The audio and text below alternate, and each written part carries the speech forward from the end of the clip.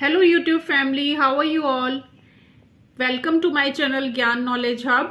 In this video, I am going to start the first chapter of class 5 NCERT English, Ice Cream Man. So let us start the video, but before that, if you are new on the channel, please subscribe it. So I have prepared a very simple summary for you all so that you can understand the poem, and later on I'll discuss the question answers also in the next video. So let us start it. The poem Ice Cream Man is written by Rachel Field. So you must know the name of the poet also. Sometimes you can be asked about the name of the poet. So the poet is Rachel Field. The poem describes a hot summer day when everybody gets tired of the heat. So as you can see the title क्या है? Ice Cream Man. Ice cream हम किस season में खाते हैं? Summer season में.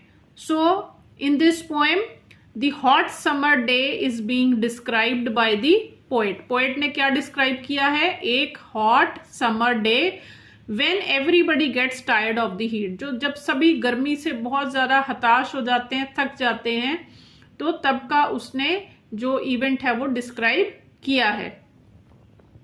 In the first stanza, the poet says that it is a summer time and city is burning with scorching heat. तो first stanza में पोएट कह रहा है कि जो समर टाइम है ये, और जो पूरा सिटी है it is burning with scorching heat. Scorching means बहुत तेज धूप से पूरा का पूरा सिटी लिटरली जल रहा है. The ice cream man comes with his cart and move slowly on the streets with his cart. तो आपके भी स्ट्रीट्स में, आपके घर के बाहर आइसक्रीम मैन आता होगा. तो पोएट कह रहा है कि the ice cream man comes with his cart and move slowly. तो वो अपनी कार्ट लेकर आता है. कार्ट मीन्स जो ठेला होता है आइसक्रीम का. And move slowly on the streets with his cart. और धीरे धीरे अपनी कार्ट के साथ आगे बढ़ता जाता है.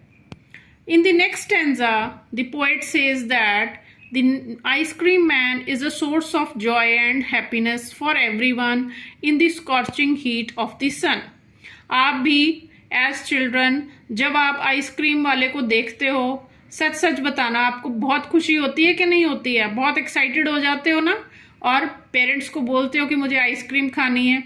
So the ice cream man he is a source of Joy and happiness for everyone. सिर्फ बच्चे ही नहीं, बड़े भी बहुत खुश हो जाते हैं आइसक्रीम खा के. उनका भी मन करता है आइसक्रीम खाने का. तो he is a source of Joy and happiness for all. It is wonderful to see how the ice cream man fills the cone with cream under the big round umbrella. तो कभी आपने जब ice cream वाले से कोन में ice cream डलवाई हो अगर, तो आपने देखा होगा बहुत मज़ा आता है. मुझे तो पर्सनली बहुत मज़ा आता है देखने में. पहले वो कोन निकालता है, फिर एक स्कूप होता है उसके पास, तो स्कूप के साथ वो आइसक्रीम डालता जाता है उसमें कोन के अंदर. So that is a very wonderful scene.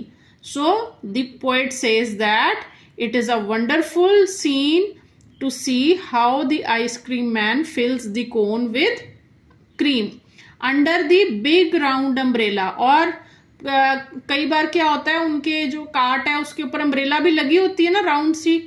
तो वो अम्ब्रेला के नीचे खड़े होके जब आइसक्रीम फिल करता है, तो that is a very wonderful sight. In the third stanza, the poet talks about the variety of flavors like vanilla, chocolate, strawberry, etc. तो बहुत सारे फ्लेवर्स की आइसक्रीम्स होती हैं उसके पास, और वो स्ट्रॉबेरी, वेनिला, चॉकलेट जो आइसक्रीम्स हैं उनको वो कोन को फिल करता है उन आइसक्रीम्स के साथ. तो मुझे ये बताओ आपका कौन सा फेवरेट फ्लेवर है? मेरा तो पर्सनली वैसे फ्लेवर फेवरेट है चॉकलेट. सो चलो इस बात को छोड़ते हैं, आगे बढ़ते हैं. So strawberry etcetera that the ice cream man has in his cart. He also has chilled frosty fizz drinks in the different colours. तो यहाँ इंडिया में तो आइसक्रीम वालों के पास कोल्ड ड्रिंक्स नहीं होती है ना, लेकिन ये पोएम जो है वो किसी फॉरेन पोएट ने लिखी हुई है, तो वहाँ पे आइसक्रीम्स के साथ में चिल्ड फ्रॉस्टी फिज ड्रिंक्स भी मिलती हैं। फिज ड्रिंक्स मतलब जिसमें गैस होती है, CO2 होती है, जैसे कि कोक हो गई, आपकी फेंटा हो गई, लिम्का हो गई। So the poet says that he also has chilled frosty fizz drinks in different colours, अलग अलग कलर्स की कोल्ड ड्रिंक्स भी होती हैं। In the last stanza, the poet compares the ice cream cart with a bed of flowers. अब last stanza में poet ने comparison किया है, उसने कहा है कि जो कार्ट है वो कैसी है, वो एक बेड ऑफ फ्लावर्स की तरह है। He says that just as honeybees gather around the flowers to get nectar, similarly the children gather around the ice cream cart to get their favorite flavor. तो पोएट कह रहा है कि जिस प्रकार से जब फ्लावर्स खिले होते हैं अलग अलग कलर्स के, तो उसके आसपास क्या देखते हो आप, हनी बीज होती है ना, हनी बीज बहुत सारी इकट्ठा हो जाती हैं फ्लावर्स के आसपास, किस लिए, नेक्टर पीने के लिए।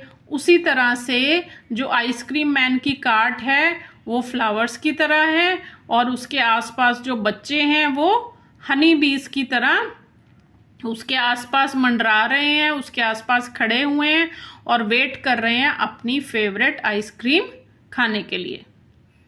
This is how ice cream man spreads joy and happiness everywhere in the summers. So इस तरह से जो आइसक्रीम मैन होता है वो खुशियां बांटता है, जॉय बांटता है सब तरफ, किसके थ्रू, अपनी आइसक्रीम्स के थ्रू, और किस सीजन में, समर सीजन में।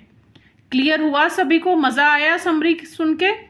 So that is all for the summary children. अगर आपको वीडियो अच्छा लगे तो प्लीज लाइक एंड शेयर।